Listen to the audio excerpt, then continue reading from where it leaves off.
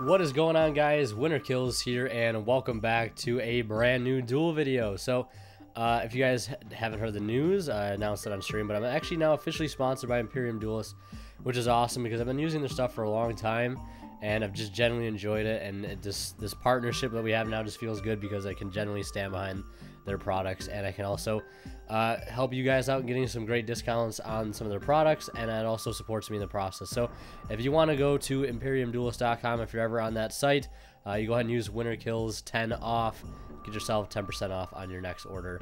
And since I ended up joining them in this partnership as a being a sponsor now, they sent me sort of a welcome package in the mail with some of their new sleeves and this beautiful playmat that we're playing on now. I've been kind of, watching their site for a while, and I said this mat was actually one of the ones I wanted, and I didn't really expect them to send me a mat, but they did, and they ended up sending me this awesome 2-player dragon scale cloth mat, and I'm gonna use it for like all of my top-down matches like this, because not only does the mat look amazing, I like the blue and red contrast, but it's this nice cloth texture to it, sort of like a Spellground mat, and it just feels great. And I've never been a zone guy. Like, I don't like zones on my playmats, but like this works really well. It's got some really unique designs, especially with the extra monster zones. But yeah, enough about that. If you guys want to go to Imperium Duelist, if you're ever on that site, you want to save a little money, use code WinterKills10 off. Save yourself a little bit, 10% on your next purchase. So, but anyways, I am playing Crusadia. My brother playing Mekk Invoked, and obviously this is post list. The list has been in effect for a couple days now, since I think maybe the 17th or something, or the 13th. I can't remember. I think it's the 17th. But you see, I end here with Equal Max, Shizuku, and a World Crown. I'm playing Shizuku in this build because I was experimenting playing more Sky Striker cards now that Hornet Drones got hit to 1. Because I still wanted to play like 2 engage in here. I was playing 3 engage at the time. I'm playing 3 engage in this current build that you're seeing right now, but IRL I've changed it since because I've just found out there's a couple kinks in the system, sort of, if you will. So now I'm planning on playing 2 engage, 1 Hornet Drone, 1 Afterburner, and 1 Jamming Waves, because I actually do come into a problem later where I draw into an engage, but I have no other Tardius left in deck. I just have another engage in deck, and it's literally doing me no good. And it would have been better if I would have been able to search out a card like Jamming Waves or Afterburner, because I think the Sky Striker engine is still very important to play in Crusadia, because it helps out Crusadia like a ton, and I just want to continue to play it. So he normals Alistair, and what I want to do here with this chain is I want to be able to get Reclusia on board, after he goes for Alistair, so I can clear the Meltdown so that I have a chance to negate the inevitable invocation that's going to happen. And he terraforming is for another Meltdown, tries to activate it, but you cannot activate, you can only activate 1 magical Meltdown a turn, so luckily he wasn't able to do that, because that justifies my play and what I was trying to do, because I know Meltdown's like a hard once per turn via activation. So right now I'm set up to the point where I have my Reclusia on board, and all of his monsters are losing 200 attack because of Shizuku. Keep in mind that my Equal Max is also being boosted by 500 from the field spell, the 15 from Shizuku, and the 400 from the Reclusia. So it's gaining quite a bit of attack. It's getting 2k, it's at 4k, it's at 44 right now. But once I tribute away this Reclusia for an inevitable negation, it'll obviously decrease a little bit. But right now, him playing Mekk Invoked just got to try to find a way to clear the Reclusia, because once he clears the Reclusia, he's pretty much free to do whatever he wants, whether it means just going to battle phase. So he activates Invocation, and I negate it, and we talked about Meltdown being a hard once per turn, but Invocation is not, so he's just able to play around that super easy, and ends up banishing the Regulex out of my grave to go into Mekaba, which is at 2200 attack, because keep in mind Shizuku is active. I still have 2 spells in grave. You see I have Afterburner in hand because I searched that at the end phase with Shizuku, so that's going to come in clutch if he does end up clearing the Shizuku anyways. That'll allow me to use that at the start of my turn. He activates Memory, goes to get Purple Nightfall, and Purple Nightfall effect activates, and then he goes ahead and adds Blue Sky here. Yeah, my brother's still a pretty new Mekk Knight Invoke player, so cut him some slack, if you will. He's not making the top tier plays. But yeah, he does summon the Blue Sky here, and that's going to net him 1 search. It's going to be Indigo Eclipse, which is a pretty good card to have here. But setting up his board right now, and since he did activate that memory, he is obviously under the clause where he cannot special summon any other monsters except Mekk Knight monsters, which isn't really going to hurt him too much. Now, a bit of a little slip-up happens here. He beats over my 4K Ecomax with a 3500 Mekk, which obviously doesn't check out.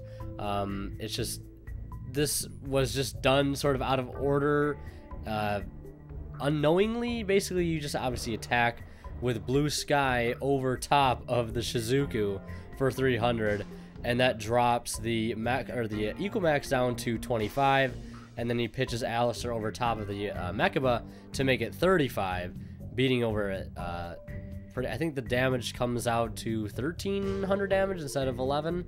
Obviously, it was just done out of order there incorrectly. I realize that. I know I forget the attack point changes from cards like the field spell.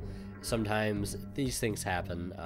I thought there was no way to work around that, but I realized if you just kind of change who you attack first, obviously Ecomax attack gets a little lower, making it easy for Mekk to beat over. So luckily, I mean, not luckily, I should say, he does have the negation for the Afterburner. You see, I have that engaged still in hand with nothing to search for it, which is why if I was still playing Jamming Waves, I at least would have been able to search Jamming Waves, and I would have had 3 spells at the time of activation engraved, so that would have netted me 2 cards, which would have been super cool to have. But luckily, I had the Interrupted Slumber to sort of reset the field, giving me the Jizukiro. I'm able to swing in for 11 over top my Gamma Seal.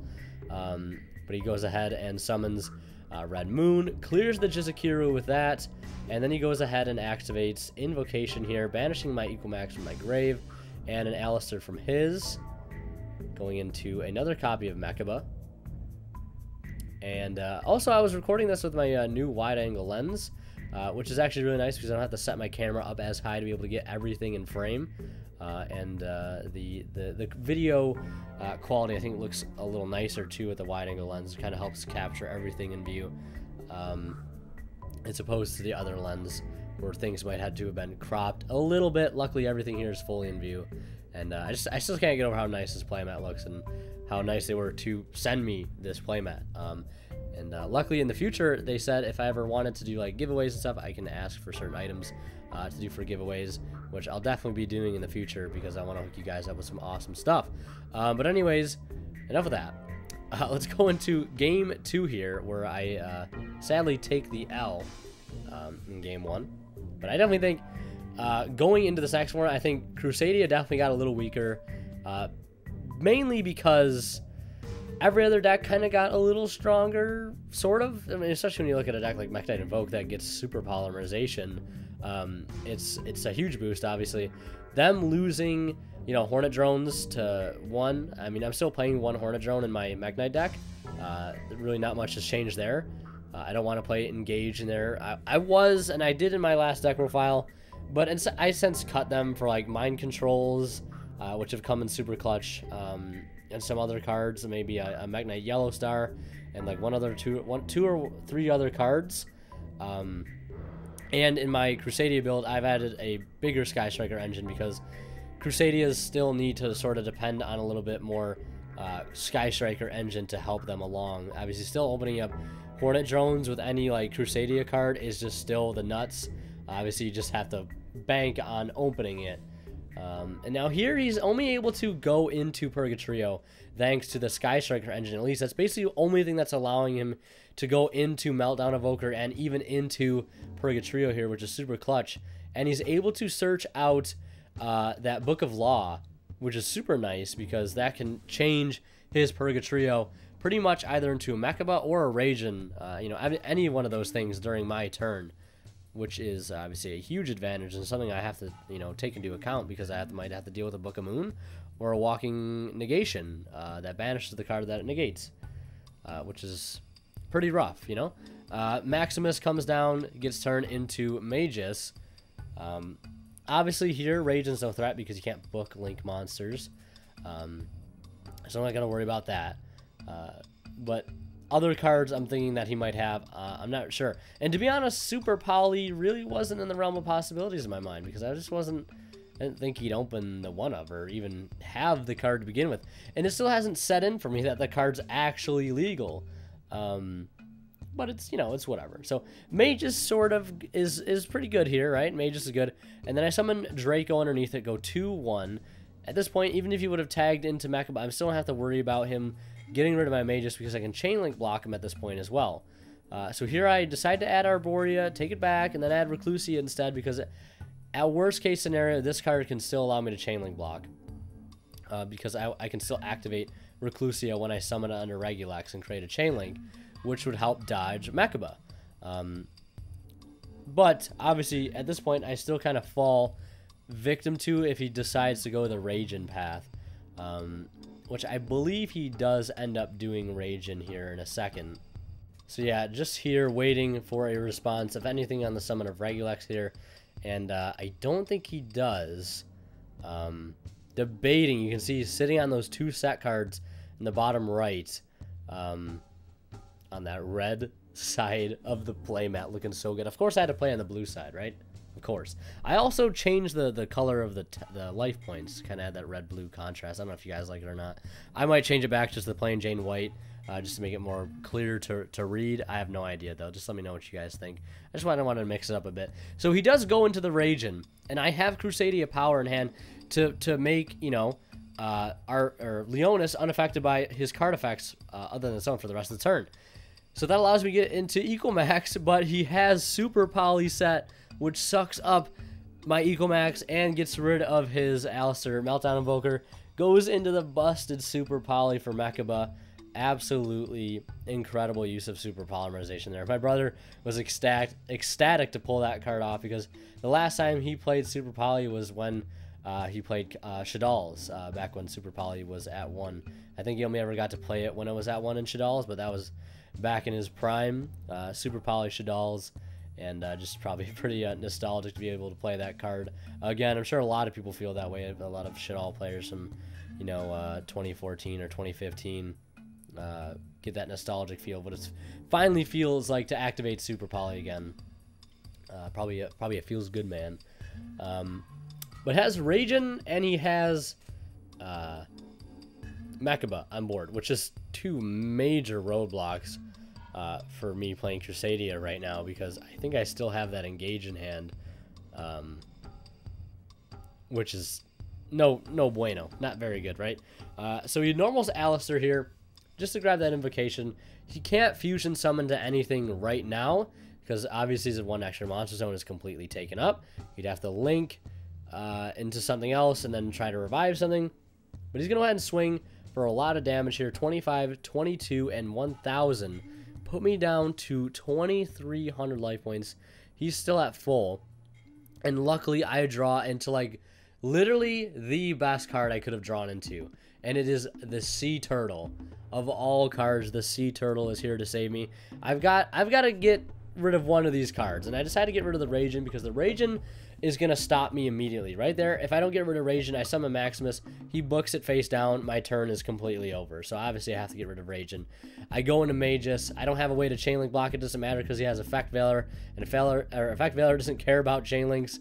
It negates the Magus. I just boost up into Regulax here. I'm able to make a bit of a comeback here. And I summon Reclusia from my hand to it. And here I was debating on whether or not I wanted to activate it or not, but I didn't want to because I know he was just going to Mekk this card, and I didn't want him to. I wanted just to keep what I had here to be able to pull this off because I do have the field spell.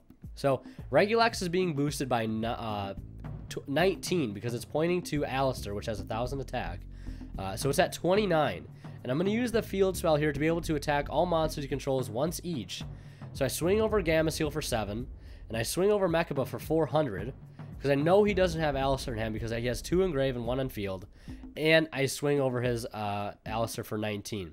So I'm able to put him down by 3k and just clear his field, essentially.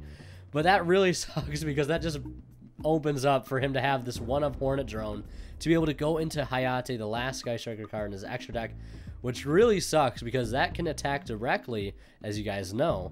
And I've only got 2,300 life points, which means there's only about an 800 life point, exactly 800 life point window that he has got to you know, basically cover up. And that's very easy to do if he can just summon another fusion, Mekk even. And we know he has Invocation in hand at this point because he did search it last turn. And he was debating on whether or not of summoning that Alistair the turn prior, because he forgot the simple fact that you just can't fusion summon again because it's not Master Rule 3. And that's where my brother's played very little Master Rule 4, so forgive him for that, just thinking that, you know, the extra monster zone doesn't have the restrictions it does. But we all remember just summoning our extra deck monsters in the main monster zone. I'm sure most of us remember that. Activates Invocation here, and obviously the Hayate is giving him a zone down that points to his side of the field, which is obviously super nice. That's why Hayate and Kagari, if you're going to play any 2 Sky Striker monsters with your 1 Hornet drone in Mekk Knight Invoked right now, I highly recommend just Kagari and Hayate. And you guys want to see some test hand video of Mekk Knight Invoked, this current profile that I'm using, that my brother is using in this video. I will be doing that. The poll that I posted yesterday in the community section, if you guys still haven't voted on that, go vote on it. There's like over 300 votes, so go be a part of that if you'd like. World Legacy Memory comes down here, gets some Purple Nightfall. Purple Nightfall gets some Indigo Eclipse, but he's only got to cover up that 800 gap. But right now, Regulex is at 19. And Mekk is at 25. If he boosts Mekk up, you know, by 1,000, he can do some pretty decent damage here. Attacks directly for 15, and then boosts Mekk up to 35 over Regulex's 19, which is 1,600 damage, I believe, which is plenty enough for game. And he ends up taking the match a swift 2-0. That Super Poly activation was so nice to get on camera. It was so cool to get Super Poly again, to see him Super Poly. It's kind of cool to see the card back in the game, but the card's going to be a pain in the ass in the future. I can see it now. But anyways, that's going to be it for this video. I hope you guys enjoyed. Check the links down in the description if you like. You can go to ImperiumDuelist.com, use Winter Kills 10 off on your next purchase if you'd like to. Or you can pick up a playmat, a custom Winter Kills playmat if you want. Either way, tons of ways to show some support other than just the support you guys show on a day-to-day basis. Watching the videos, comments, you know, all that stuff. Much love, guys. Really appreciate it. Hope you guys enjoyed. More videos like this coming in the future. And, yeah, thank you so much for watching. As always, Winter Kills signing out. We'll see you in the next one.